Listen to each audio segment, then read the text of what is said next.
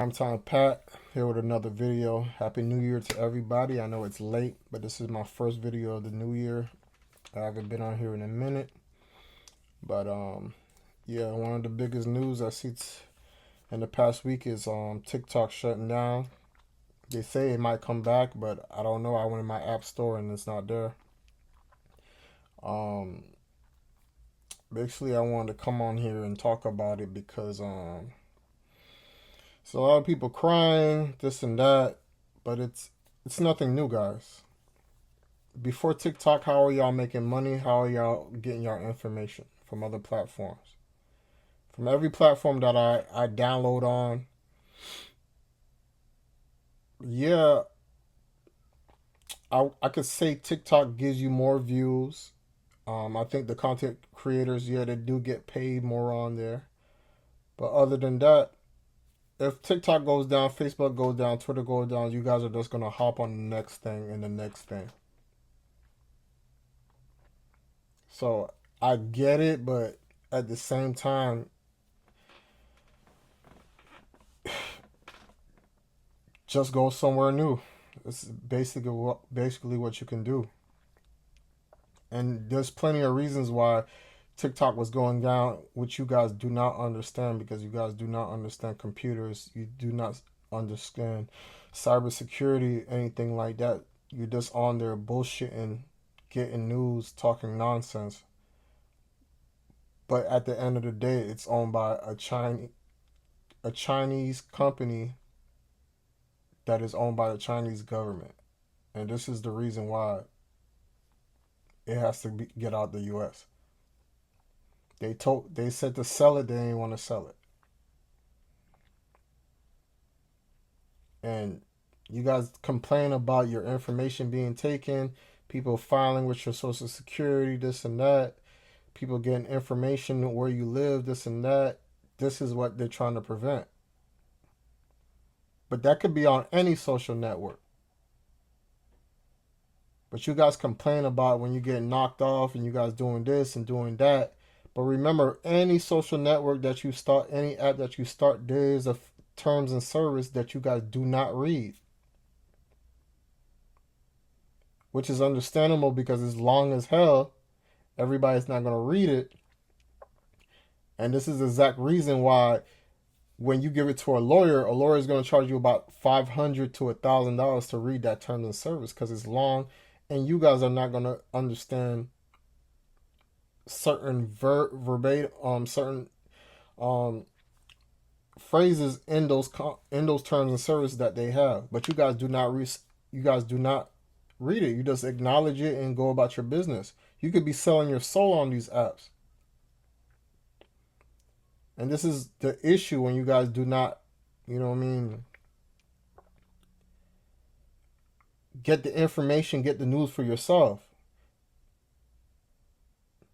You guys spill out any crap, it goes viral, and this is what you take for face value instead of doing your own research, getting at least 5 or 6 references that say the same thing before you start spilling out, saying that this is 100% correct. But this is I want you guys to listen to this little snippet that was on ABC, and this girl is going to tell you exactly how you should move about on the apps, kind of. The platform.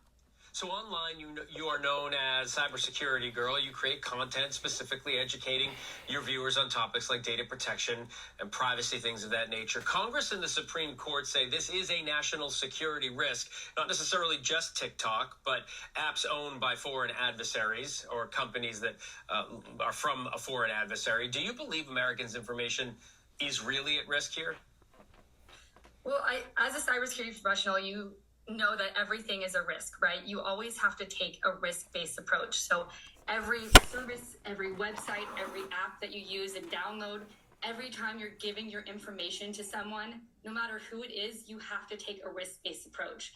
And for me personally, when I heard back when TikTok was going to partner with Oracle and try to move their services over to the US, I think this was like 3.5, almost 4 years ago now, I started feeling more comfortable going on the platform. So before I actually didn't go on the platform, I took that risk-based approach. I said, I don't feel comfortable giving my data to China at that moment in time. When I heard that TikTok was starting to partner with Oracle, I decided, hey, my risk-based approach it's okay because I feel like my purpose is bigger and I'm going to be able to reach a larger audience. And that was my risk-based approach. But every single individual has to take that approach, no matter if it. See what she's saying? She's saying you're gambling with your information once you sign up on these apps, especially if it's a foreign app.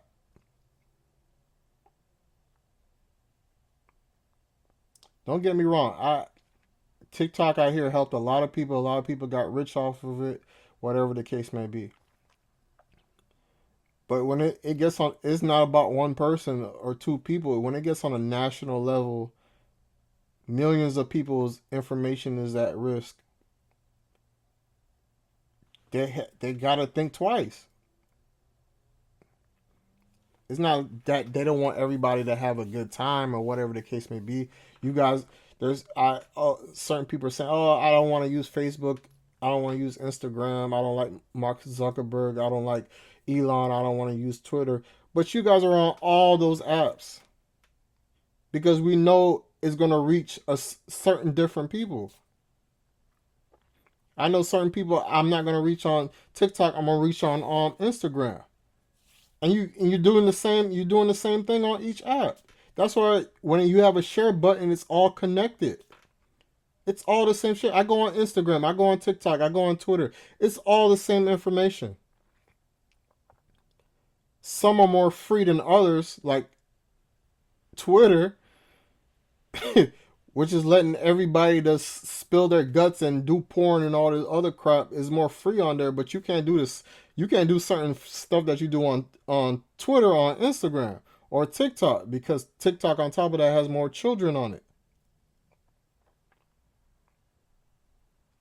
But at the end of the day, you gotta ask yourself, why you guys are making so much. You guys are making so much money or whatever. Once you guys make your own platform, make your own rules. Back in the day, a couple of years ago, I think it was before the pandemic, because I sell on eBay, Craigslist, all this type of stuff. Certain listings I would put on Craigslist, I would hate when Craigslist would take them down for whatever reason, or OfferUp would take it down. I said, forget this crap. I'm gonna set up my own thing, post my own thing, have my own rules or whatever the case may be. You're still under the rules of your payment provider, but as far as your host and everything else, you make your own rules. So I have made a company called Hustle My Ad. I still have the Instagram and all that other stuff, but I do not have the website anymore. But I did do good for a little bit. People were signing up. People were able to list the way they want. If you guys would have hopped on that platform, you would have been able to sell how you want with no restrictions. But I'm just saying that to say, I seen a problem with these other platforms. I made my own solution. It didn't go as big as I wanted it to, but at least I try to do something. You guys, the platform leaves, oh, it's the end of the world. Like you're just not going to hop on the other platform eventually.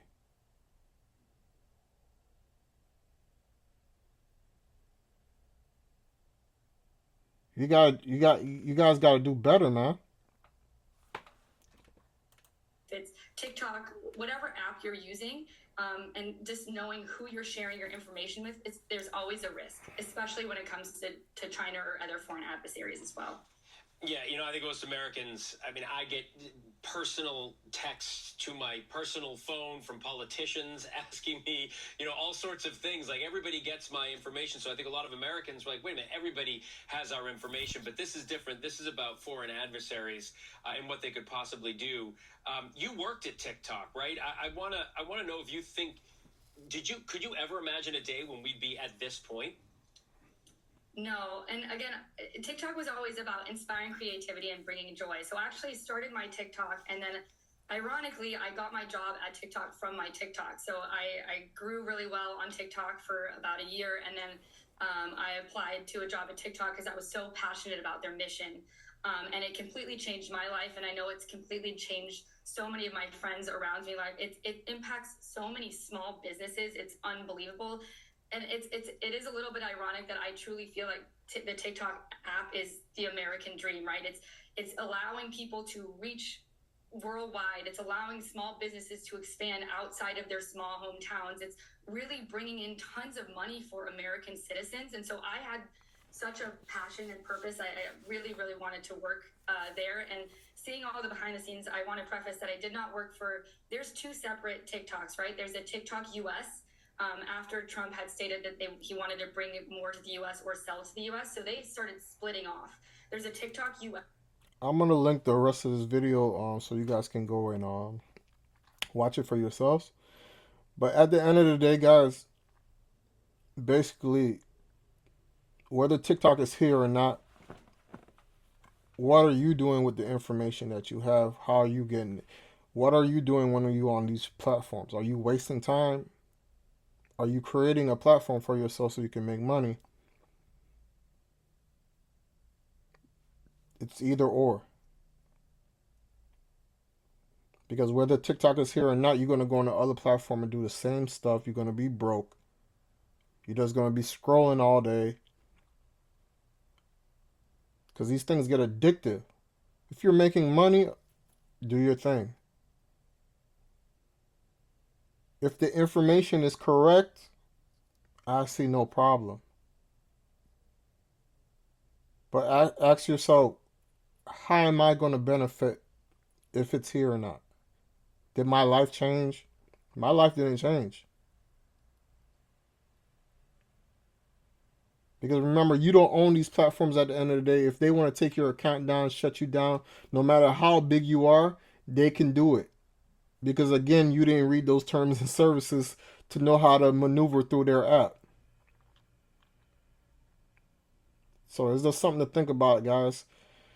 Yeah, let's get it this year. There's plenty of other platforms, plenty of other things you can do.